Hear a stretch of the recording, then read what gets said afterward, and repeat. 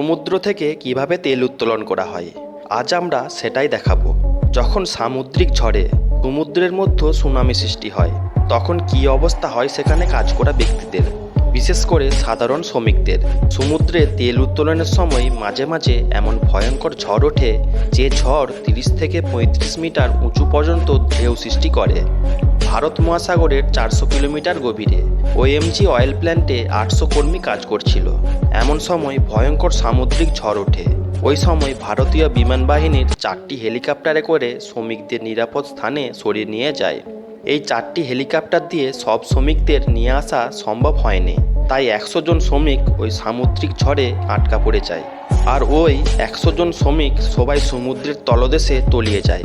এর মধ্যে 50 জনের মৃতদেহ জলের মধ্যে পাওয়া যায়, আর বাকি 50 জনের লাশ খুঁজে পাওয়া যায়নি। হয়তো তারা সমুদ্রে ভেসে অনেক দূরে চলে গেছে, না হলে হয়তো কোনো সামুদ্রিক হাঙরের পেটে চলে গেছে। এই রকম ঘটনা শুধু এটাতেই ঘটেছে তাই নয়, এই রকম ঘটনা পুরো পৃথিবীতে বারবার ঘটেছে। তারপরও মানুষ সমুদ্রের গভীরে তেলের সন্ধানে বারবার যায়। আপনি যদি দেখেন যে কিভাবে তেল তোলা হয় সমুদ্র থেকে, তাহলে আপনি অবাক হয়ে যাবেন। আর আজ আমরা দেখাবো যে কি কষ্ট করে শ্রমিকরা সমুদ্রের গভীর থেকে তেল উত্তোলন করে। তাই ভিডিওটি অবশ্যই শেষ পর্যন্ত দেখবেন। অনেক আগে এটা বলা হতো যে মাটি থেকে তেল উত্তোলন করা খুব সহজ একটি কাজ।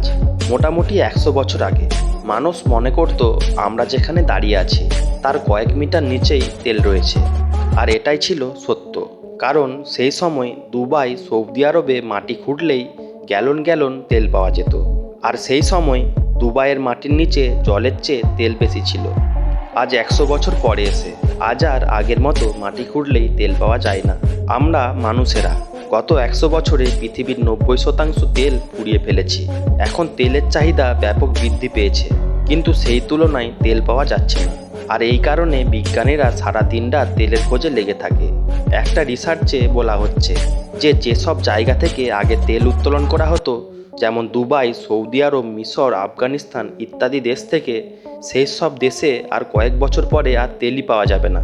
কিন্তু পুরো পৃথিবীতে তেলের চাহিদা একটুও কমেনি, বরং আরও বেড়ে গেছে। সেই কারণে সমুদ্রের নিচে তেলের সন্ধান করে চলেছে, অর্থাৎ সমুদ্রের নিচ থেকে তেল তোলা হয়। পৃথিবীর 70% জায়গা যখন জল, তখন সমুদ্রের নিচ থেকে তেল উত্তোলন করতেই হবে, এটাই স্বাভাবিক। প্রথমে সমুদ্রের নিচে তেলের খনি খোঁজা হয়, তারপর সেই জায়গাগুলি থেকে স্যাম্পেল নেওয়া হয়। তারপর সেখানে একটি বড় তেল উত্তোলনের মেশিন জাহাজে করে নিয়ে যাওয়া হয়, আর এই মেশিনটি জাহাজের নিচ থেকে বের হয়। তারপর চিহ্নিত স্থানে মেশিনটি বসানো হয়, আর এই মেশিনটি খননের কাজ করে থাকে। আর এই মেশিনটি চালানোর জন্য বিপুল পরিমাণ অর্থের প্রয়োজন হয়। শুধুমাত্র অর্থ নয়, প্রচুর বুদ্ধিও প্রয়োজন হয়, যার জন্য পৃথিবীর সব বিখ্যাত ইঞ্জিনিয়াররা বসে রয়েছে। এখানে প্রথমে ড্রিলিং করে কাঁচা তেল বের করা হয়, যে কাঁচা তেল আমাদের কোনো কাজেই লাগে না। তারপর সেই কাঁচা তেলকে পরিশোধন করে পেট্রোল, ডিজেল, কেরোসিন ইত্যাদি তেল পাওয়া যায়। বন্ধুরা, এরপর আমরা দেখাবো তেল উত্তোলন করার বিশেষ কিছু প্রসেস। আর তেল উত্তোলনের ক্ষেত্রে এই 2 রকম মানুষ কাজ করে।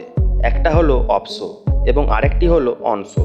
অনশো মানে হলো যারা সমুদ্রের গভীরে জলের উপরে কাজ করে, আর অফশো মানে হলো যারা সমুদ্রের কিনারায় কাজ করে। অনশো গ্রুপে যারা থাকে তারা তেল উত্তোলনের মেশিনের ভিতরে কাজ করে, আর যাদের জীবন সবচেয়ে কঠিন হয়ে থাকে, কারণ তারা পুরোপুরি সমুদ্রের ঢেউয়ের উপর ভেসে থাকে।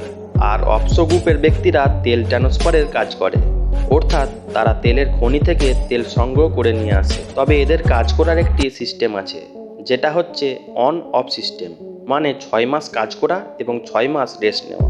আবার অনেক ক্ষেত্রে শ্রমিকদের টানা 21 দিন কাজ করানো হয় এবং পরে 21 দিন ছুটি দেওয়া হয়। তবে আপনি কি জানেন, সেই তেল উত্তোলন শহরে বা তেল উত্তোলনের প্ল্যান্টে কোনো আগুন ব্যবহার করা হয় না। সেখানে ব্যবহার করা হয় সবই প্যাকেটজাত খাবার, অর্থাৎ তারা আমাদের মতো মাছ, ডিম, মাংস পেট ভরে খেতে পারে না। আপনারা কি জানেন তারা বিড়ি বা সিগারেটও খেতে পারে না? আবার আপনি কি জানেন যারা বিড়ি বা সিগারেট খায় তাদের এই তেল উত্তোলন কোম্পানিতে কাজে নেওয়া হয় না? কারণ তেল উত্তোলন প্ল্যান্টে আগুন জ্বালালে বড় বিপদ ঘটতে পারে। তবে গভীর সমুদ্রে কাজ করা শ্রমিকদের রয়েছে বিশেষ কিছু সুযোগ সুবিধা, যেমন বিনোদনের জন্য রয়েছে টিভি, ক্যারাম, মিনি বার ইত্যাদি। এছাড়াও অনেক সুযোগ সুবিধা রয়েছে। তবে সেই সব বাদ দিই, সেখানে শ্রমিকদের নিয়ম মেনে 16 ঘন্টা কাজ করতে হয়। আর এই 16 ঘন্টা কাজ করার সময় তারা কোনো মোবাইল ব্যবহার করতে পারবে না, কারণ মোবাইল থেকে বের হওয়া রেডিয়েশন থেকে বড় ধরনের দুর্ঘটনাও ঘটতে পারে। তাই সেখানে মোবাইল নিষিদ্ধ করা হয়েছে। সেখানকার শ্রমিকদের বিভিন্ন রকম ট্রেনিং দেওয়া হয়। যদি কেউ জলে পড়ে যায়, কোনো রকম হেল্প ছাড়া কিভাবে বাঁচবে, জলের নিচে চলে গেলে কিভাবে উঠবে, কিভাবে নিজেদের জীবন রক্ষা করবে, এইসব ট্রেনিং দেওয়া হয়। এমনই হয় সেখানে কাজ করা শ্রমিকদের জীবন। যেখানে ইঞ্জিনিয়াররা বোঝে তেল পাওয়া যাবে, সেখানে নিয়ে যাওয়া হয় এই বিশাল মেশিনটিকে এবং ড্রিল করা শুরু করে দেওয়া হয়। কয়েক হাজার ফুটেরও বেশি এই ড্রিলিং চলে এবং সেখানে একটি সরু পাইপ ঢোকানো হয়। সেখানে পাইপ ঢুকিয়ে সমুদ্রের মাটির নিচে মাটি খুঁড়ে পাথর কেটে তার নিচ থেকে তেল বের করে আনা হয়। আর এটা সত্যি বিশাল একটি কঠিন কাজ।